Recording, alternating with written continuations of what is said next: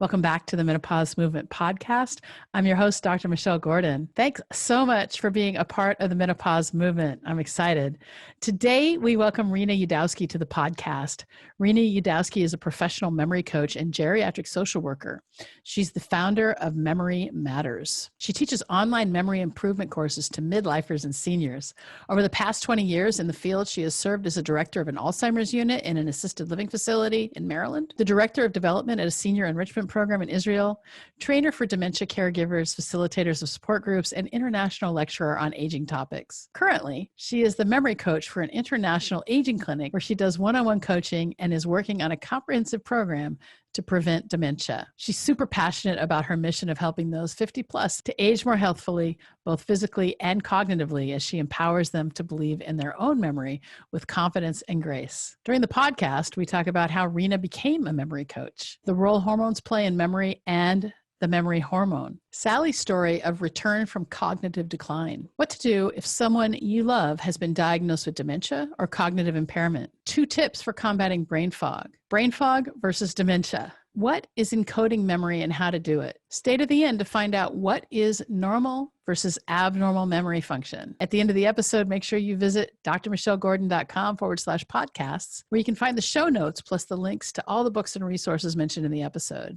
And if you enjoy the episode, make sure you subscribe to the podcast so you're always the first to know when each episode is released. You can subscribe on Apple Podcasts or wherever you get your podcasts. And thank you for all of the 5-star reviews. If you haven't left a review yet, please take the time to review the podcast. This helps more women to find it and get the help they need during the disruption of menopause. No one should have to go it alone. And again, thanks so much for being a part of the Menopause Movement. I appreciate you so much. Now let's get to Rena.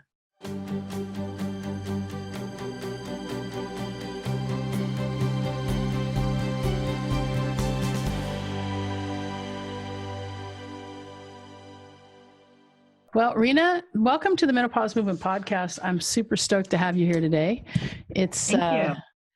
It's really great because one of the things that women complain about a lot is whether they're, whether it's Alzheimer's or some sort of cognitive impairment, or if it's brain fog and menopause related, hormone related.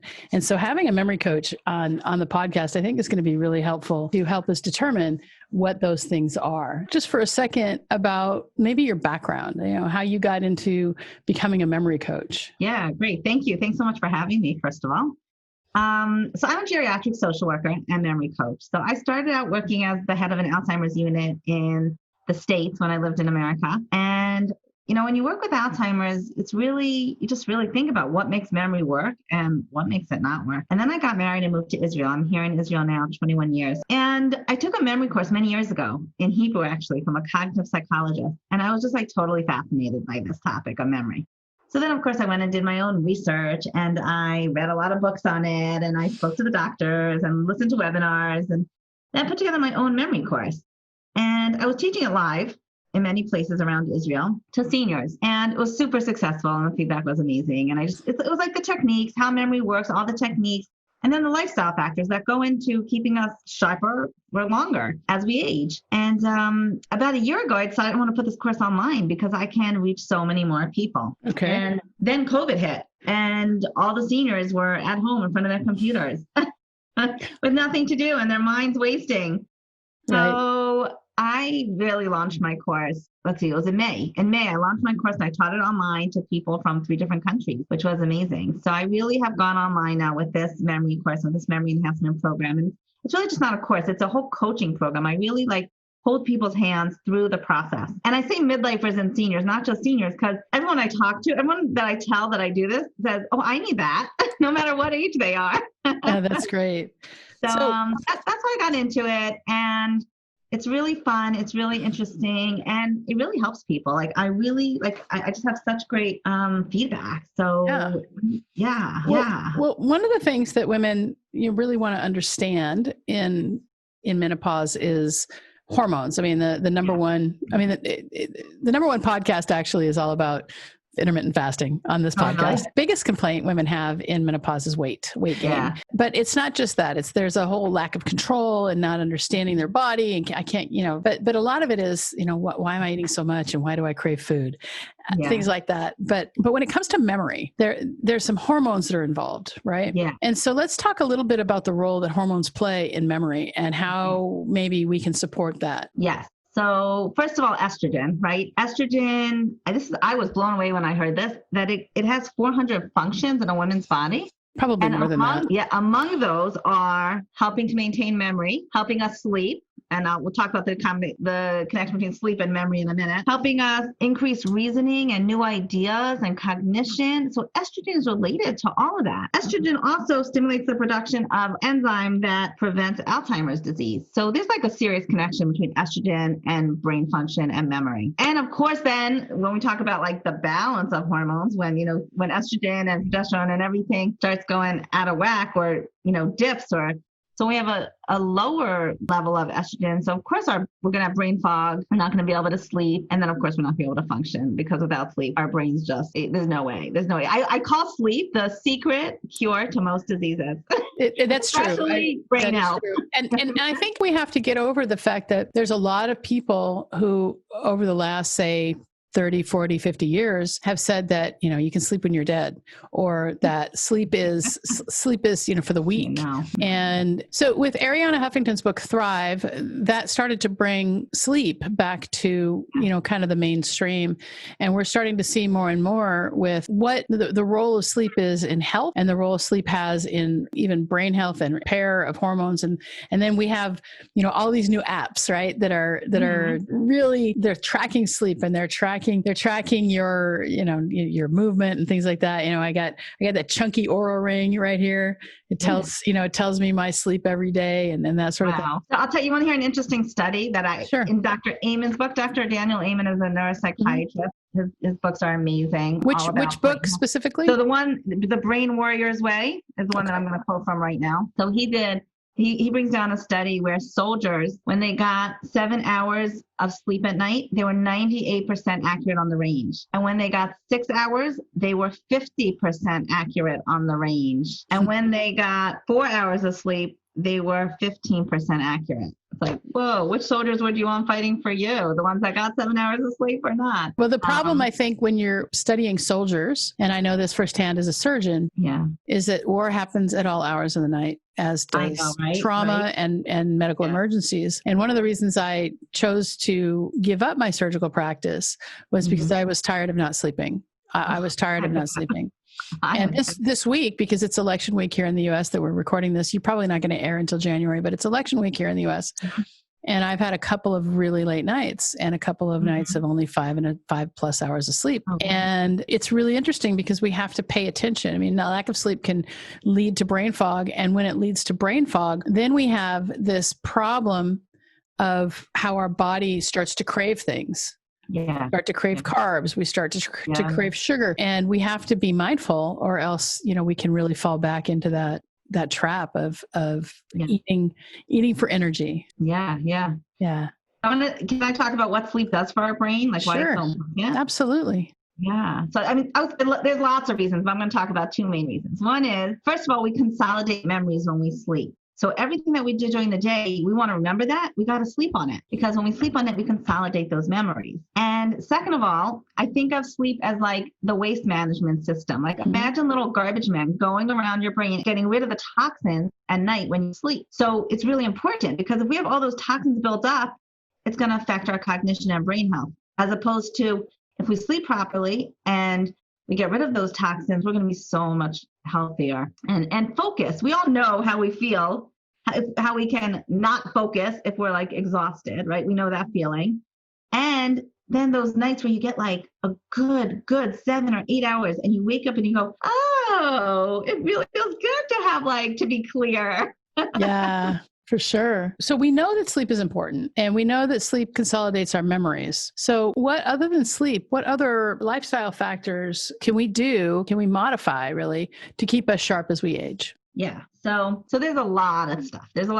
Exercise is probably one of the best things you could do for your brain. When we exercise, it creates BDNF. BDNF is brain-derived neurotrophic factor, which makes our brain cells grow. We grow new brain cells, and we want to do that because as we age, our brain cells are dying. So we want new brain cells, and we do that through exercise, through physical exercise. So think of like when you exercise, it's like pouring water on a plant. It makes our brains grow. So if you're not exercising, now's a good time to start. And if you are exercising, keep doing it for many, many, many years. They say it's never too late. Even people with dementia, they say should be exercising. Yeah, it's really interesting to see with the more recent neuroscience over the past, say, 30 years, where we thought that the brain was, after at the age of 3, completely myelinated and then nothing changed. And now we have neuroplasticity. Yeah. And we see how exercise really affects that. So one of the reasons I started exercising, it wasn't really because I wanted to lose weight, which was kind of a happy side effect, but I started thinking about, okay, how am I going to be healthy as I age? Yeah. And so I ever since I had my son, I really never really lost that baby weight. My son's 27 years old and I struggled. I would go up and down. I would exercise. I wouldn't exercise. And then when I started surgical residency, I was like, it was all I could do to just kind of survive surgical residency. And then I started my practice and I focused on that and I didn't exercise much. But after I kind of got into a rhythm and felt really comfortable doing my surgery, I said, okay, I need some hobbies. And so I started working out. And then my weight wouldn't shift, which is really common for women in perimenopause.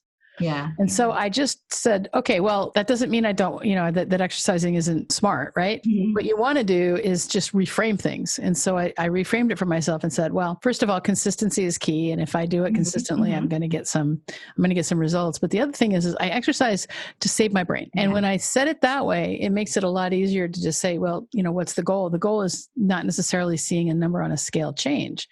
The goal is to keep sharp as I age so that I don't end up with some of the same problems that my parents had. And both of them, when they passed away, had serious cognitive problems. So that was important for me. Yeah.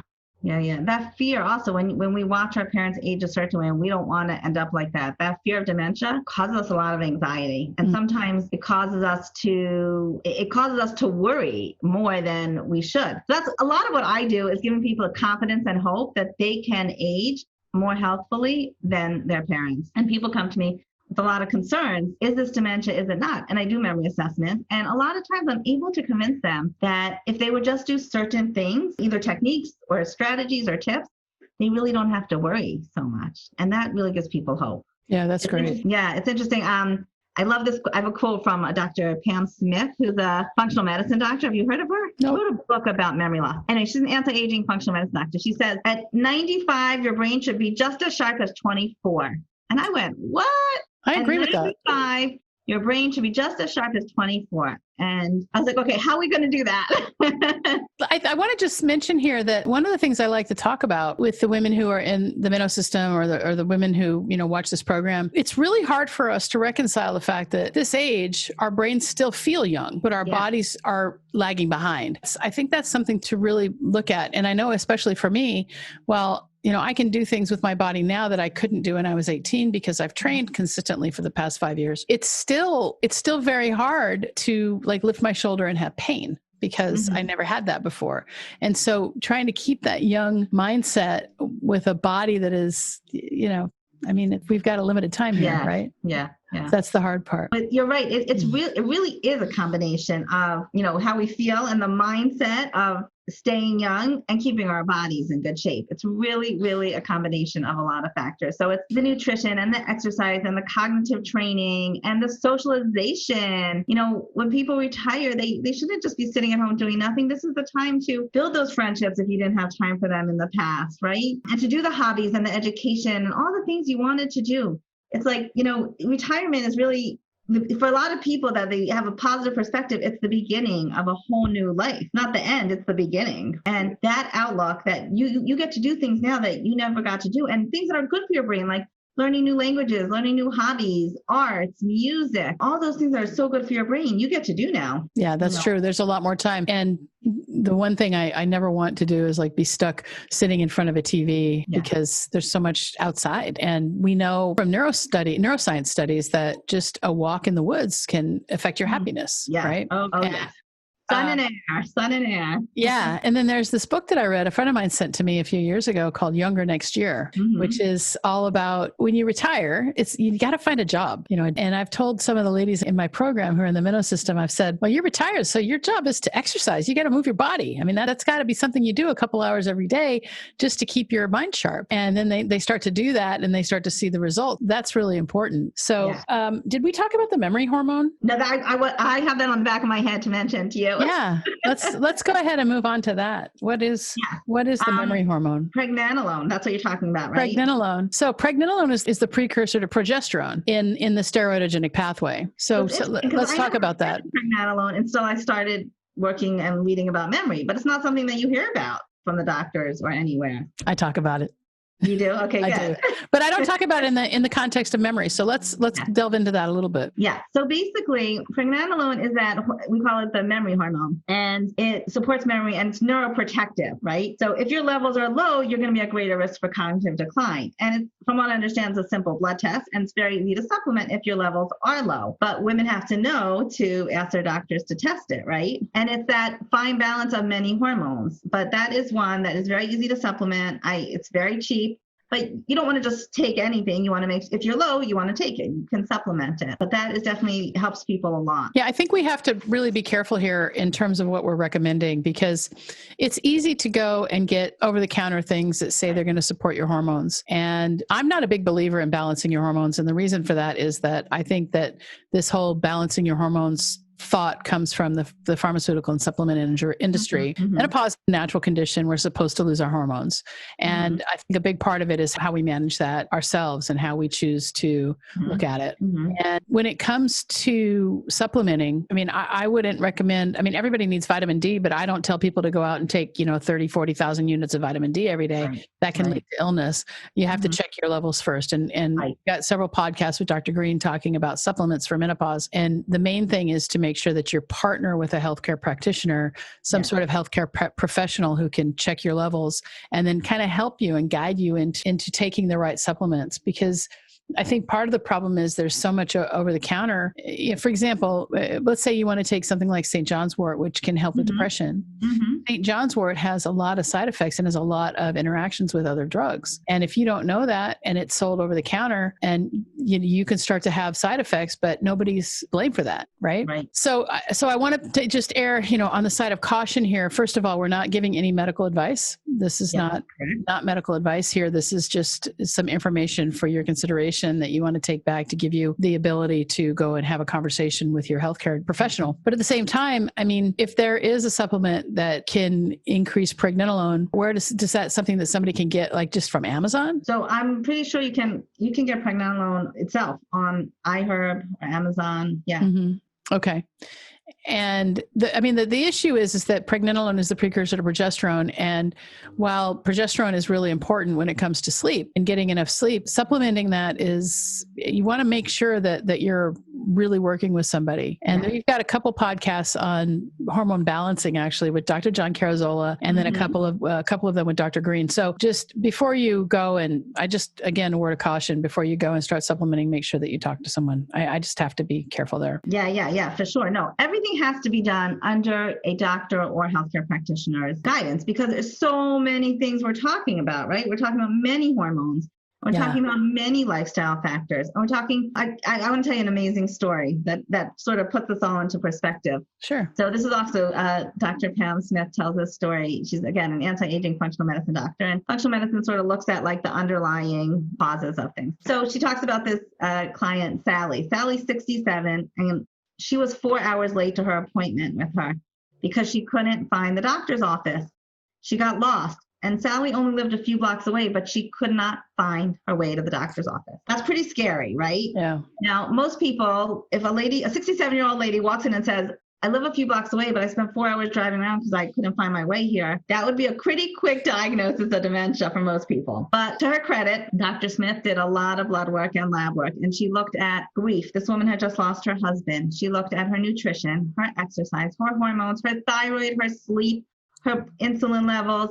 Like she took a whole eclectic approach. And then, of course, all these factors were out of whack. She took each one and one by one worked with her, put her on a program, one by one worked with her, the hormones, the nutrition. Actually, I think this is where I was introduced to pregnenolone when I was listening to this talk from Dr. Smith. And you're not going to believe this. Within a year, this woman who couldn't find her way to the doctor's office was opening her own restaurant. That's crazy. And at the age of 80, she's still working with her son in that restaurant. That's a great story. And I think it really does play back to lifestyle modification when it comes to health. And we know that the number one cause of chronic disease is the food we choose to eat. But the food we choose to eat is really run, especially in countries like America, on corporations and profit. And there's things like vegetable oil. And if you want to know about the dangers of vegetable oil, go and read Kate Shanahan's amazing book, Deep Nutrition, because anything manufactured is not made to promote health. It's made to kind of promote profit. And on top of that, we have the whole, I'm a doctor, so I know this. Right. We have the whole way the medical industrial complex is run, and it's disease care, it's disease maintenance, and it's not healthcare. And some people are changing that. Andrew Weil has changed that. He's a big integrative medicine fellowship, and my wife went through it, and that changed everything for us. But at the same time, there's just not a lot of people think that stuff is really, out there or woo-woo. But if you want to work with somebody who can help you, like look at your hormones and things like that, then I always recommend that people go and take a look at doctors and other practitioners who have gone through Andrew Weil's integrative medicine program. And that's the University of Arizona Integrative Medicine. And you can find a list of doctors who have gone through it. Yeah. And not everyone in your area will have menopause specific information, but they will partner with you. They'll listen to you, and you may have to pay out of pocket. But when it comes to healthcare, what's a life worth? We could run down the rabbit hole of insurance companies, but let's not go there. Yeah. And so it is important to find a doctor or another healthcare partner to help you through this problem. Now, what would you say to somebody who's got, they're newly diagnosed with something like Parkinson's? Parkinson's is a double whammy, right? It's a movement disorder, plus there's the dementia side of it, and it's really hard. My dad have died of something similar to that, and I kept telling him to change his diet, and he just wouldn't. Yeah, so again, it's like, I know there's certain exercises that are supposed to be really, really good for Parkinson's. I do know some older people with Parkinson's, and it's a hard one because it's neurodegenerative. But again, I think all the lifestyle factors that we talk about, the diet, the exercise, the sleep, all the things that are healthy, I think help those people stay stronger, longer also. It's funny because I actually run a support group for wives of people that have different illnesses. And one of them is Parkinson's. So I'm sort of going through this with with one of the ladies in my support group. And it's very hard to watch because Parkinson's also has cognitive decline that comes with it. Oh. And I try to support the spouses of the people going through this, and they're the caregivers. They're the main caregivers as well. So when you said Parkinson's, my head went in a couple different directions. Sure. I was specifically thinking about this lady in my support group, but we actually haven't met in a long time for the support group because of COVID. But that support group we've been doing that for 3 years. So I've really been through a process with these people. What would you recommend for someone then who's the woman whose husband or significant other has just been diagnosed with Parkinson's or an Alzheimer's? This is, first of all, there's a stage of grief. There's accepted. You got to go through the stages of grief, and once it's finally accepted, then, it's almost like when something like that happens for me, and I don't know what other people are like, but I always just do a deep dive into the research and start looking like, how can I fix this? How can I fix this? Yeah. And so for someone who's listening to this right now and, is struggling with a loved one who has just been diagnosed with some sort of cognitive problem, what do you recommend? So I recommend a lot of self-care, a lot of support. You cannot do this alone, and you don't have to. You don't have to do this alone. There's so much support. There's support groups. There's the Alzheimer's Association. There's the Parkinson. There's so many outlets for support and self-care. Just take such good care of yourself so that you're just overflowing, because it's so draining to take care of someone with cognitive impairment. So don't do it alone. get help, get support, and take really good care of yourself. Because if you're sleep deprived and nutritionally deprived, then we're going to have two patients on our hands, right? For sure. Yeah, that's true.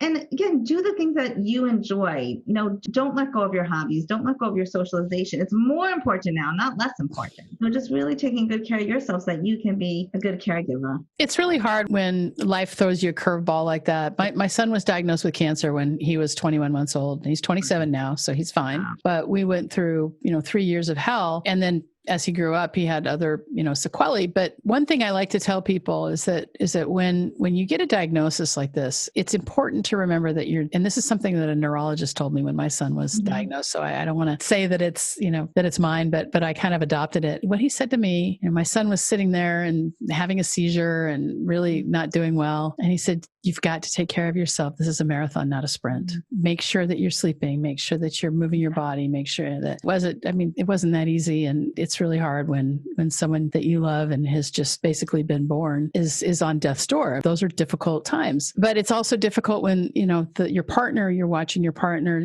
slowly fade away from existence. Yeah.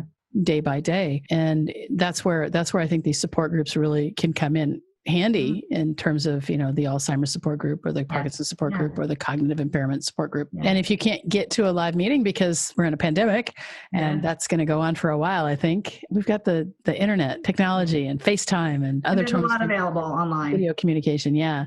So this is kind of an area that's near and dear to my heart. It's so hard to be the caretaker of someone who's sick, but at the same time, life still goes on. Life goes on no matter what kind of crisis is happening. So let's move on and talk a little bit about brain fog. And we did touch on it for a second. We talked a little bit about how brain fog can happen from lack of sleep. What other causes are there of brain fog other than lack of hormones? Yeah, I want to give two really good tips for this. Okay. For focus. Because when we're talking about brain fog, a lot of people complain like they just really can't focus on what they're trying to do. And they feel like, that brain fog feeling. I actually have 4 techniques, but I think we're only going to do 2 today. Really, really helpful practical techniques for this, okay? And this is good for people of all ages that are feeling that brain fog feeling. So, number 1, stop multitasking. And this is something that people in this age group that are going through menopause are doing a lot of. They're juggling a million things. They're trying to get so many things done at once. Their day only has so many hours in it. You're still juggling. A lot of people are still juggling kids. And then some people are also juggling, grandchildren and jobs and spouses and they're trying to do it all. And guess what? A lot of us grew up thinking that, if I could do 5 things at once, then I'm super productive, right? Wrong. Your brain cannot multitask the way we wish it could or think it could, So we need to stop multitasking because it trips us up. It causes us stress. In fact, it temporarily lowers our IQ by 15 points. So we don't want to be multitasking. And what the research has shown is that in the long run, you're more productive and you get things done more precisely without the errors if you focus on one task at a time. Now, this is hard because everyone says, I'm too busy. I can't just focus on one thing. And I say, if you're complaining about your memory and brain fog, you need to slow it down and you need to be more mindful and you need to pay attention to one thing at a time. When you have, 6 windows open on my computer, at least, and I'm clicking back and forth, what am I doing? I'm just distracting my brain from one thing to another. Guilty. I have like 100 tabs open on my Chrome at any given time.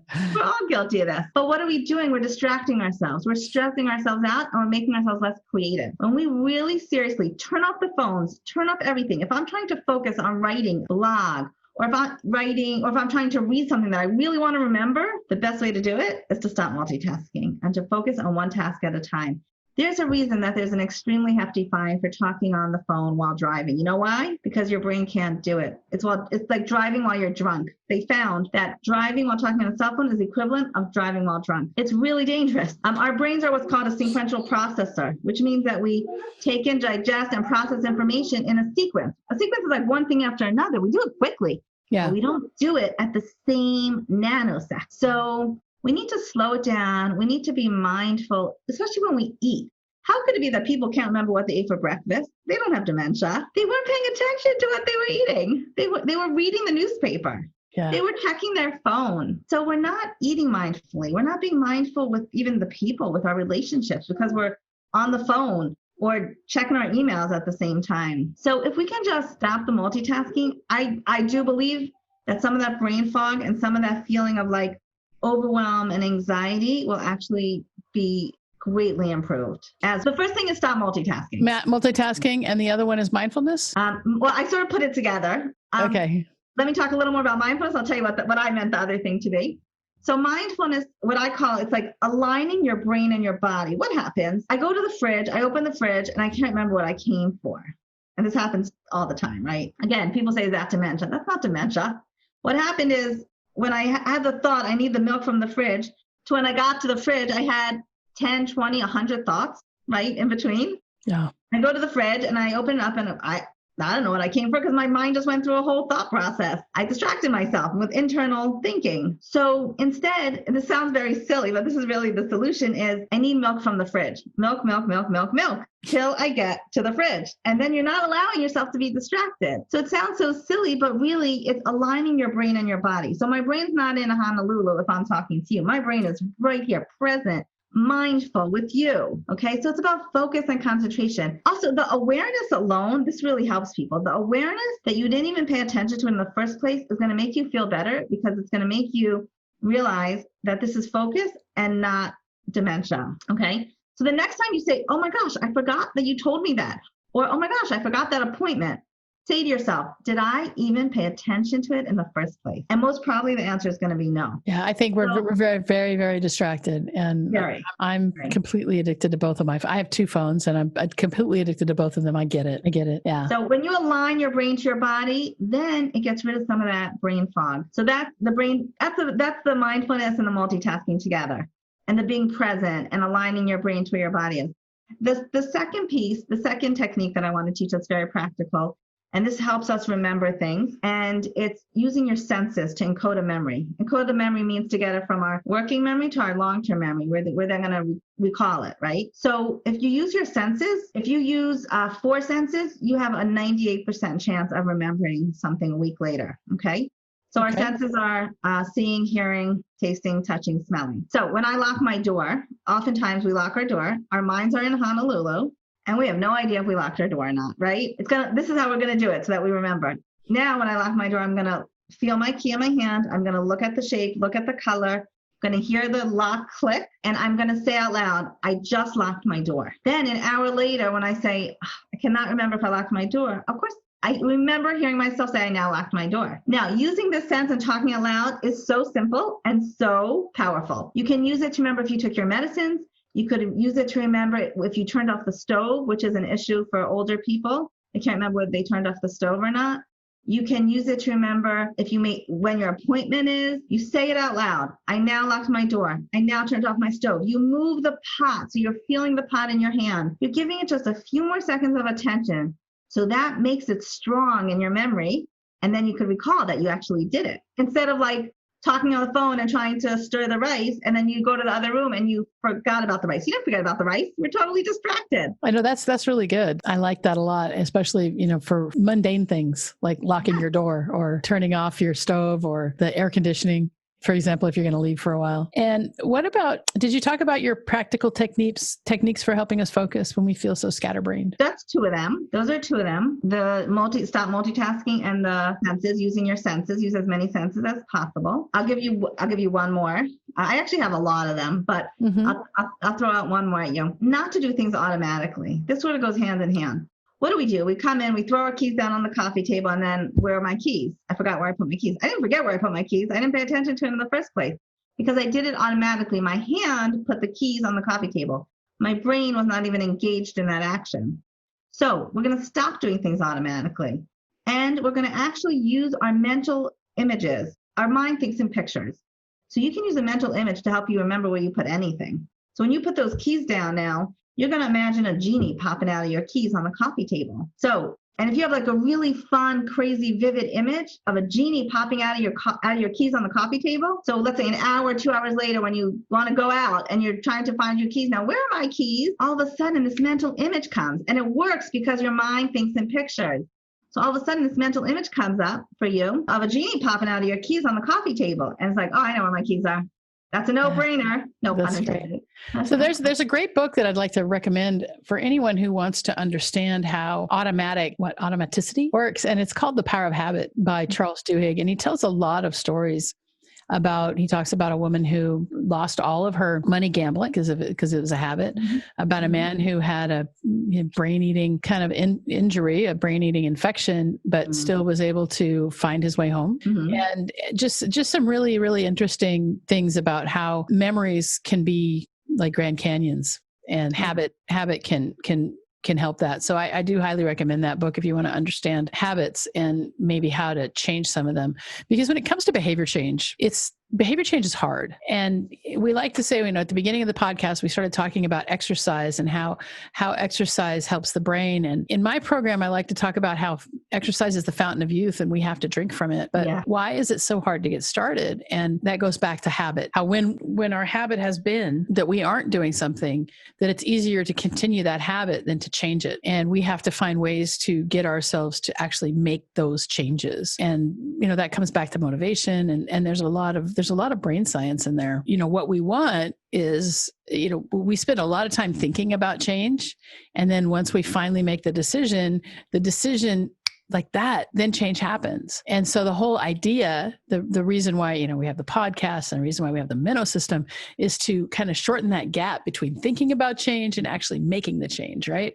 Yeah. And that's what it's all about. Now, when do you think that women should start to worry about their memory? What is normal? Let's just quickly define what normal memory loss is, and then we can talk about abnormal. Okay, that's a great question. Great question. Because sometimes when people have like those, what we call senior moments, right? They get really nervous, but really, like I said, it's more about focus and concentration. So actually, I have a beautiful PDF that has a checklist of normal versus abnormal memory loss. And when people go to my website and put in their email address, they get that as a freebie. But I'm going to tell you what we'll do is we'll make sure we hook that up in the show notes so that people can actually download that. Amazing. And get that. But let's go ahead and talk a little bit about what is normal memory first. So the underlying principle is like this. It becomes abnormal when it interferes with your functioning. So if you tell me that, once a month you lose your keys, but you're functioning great the whole day, every day, I'm like, that's not a problem. If you tell me that you cannot function because you can never find your keys, so you can't get to any appointment on time because you don't have keys to drive because you can never find them, then that's abnormal. So this is a really good marker, really good criteria. Are you functioning well, independently, and safe or not? So if you're losing your keys, missing appointments all the time, not paying bills all the time. So it's how prevalent is it? If it's once in a while, we all forget things once in a while. At every age we do. Or missing appointments, like I did. It's funny because this is the second time that we've had an appointment, and I missed the first one because I thought it was an hour later. But it really wasn't your fault because the time change got confusing because we changed our clock and you didn't. All right. It was 1 o'clock. I swear it was 1 o'clock on my calendar, and then all of a sudden it was 12. But who knows? Memory is faulty. In the interim, you changed your clock. So now we're back to a 7-hour difference. Yeah. Yeah. So how often is it happening? How pervasive is it happening? And are you still functioning or not? When you get to the point where you are not functioning independently, where you can't follow through on directions, where you really can't do for yourself like you used to, that's much more worrisome. Another example, it's normal, like when you're driving, like once in a while you daydream and you miss the exit. I think that happens to all of us once in a while. But if you can't figure out which exit to take to get home, that's obviously much more, worrisome. Or, we say, can't find my keys. Normal. But if you pick up your keys and say, I don't know what to do with these, that's not normal. So although, they say that Alzheimer's starts in the brain decades before it's actually diagnosed, but I still don't like people to jump to the conclusion that they have dementia the second they forget one thing, right? Because the anxiety and the fear sort of like it's a self-fulfilling prophecy. So you want to do everything you can, like all the, learning the techniques, deep breathing, meditating, which is so good for the brain and helps calm us down and helps us focus. We didn't mention that, but meditation is another one, yoga. You want to do all those things to help your cognition and your brain health. You want to use those strategies. You want to exercise and eat healthy and sleep, all the things we said. But if you're concerned, if you're concerned about your memory, if you really feel like there's something going on, go get it checked out. Go to a local memory clinic. You can get in touch with me. I do memory assessments over Zoom, and we do a screening and ask a lot of questions.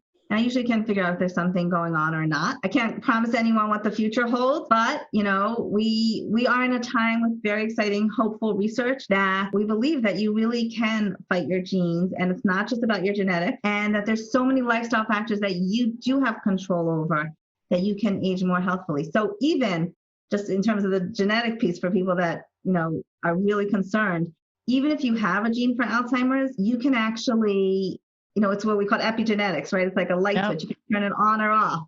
And this is so fascinating because we used to think that if you had the gene for Alzheimer's, you were getting Alzheimer's. Yeah, we really did think that the genes, once they coded something, they coded a protein, that was it. And what we found is specifically through the genetics of what we eat, but it's not just that. We can change our epigenetics just by thought alone. I mean, it's crazy. It's so quantum physics, woo stuff that I really believe. I mean, there's one in the transformational mindset shifting. We talk about it with Lindsay Durant about what happened when people had intention on a vial of DNA.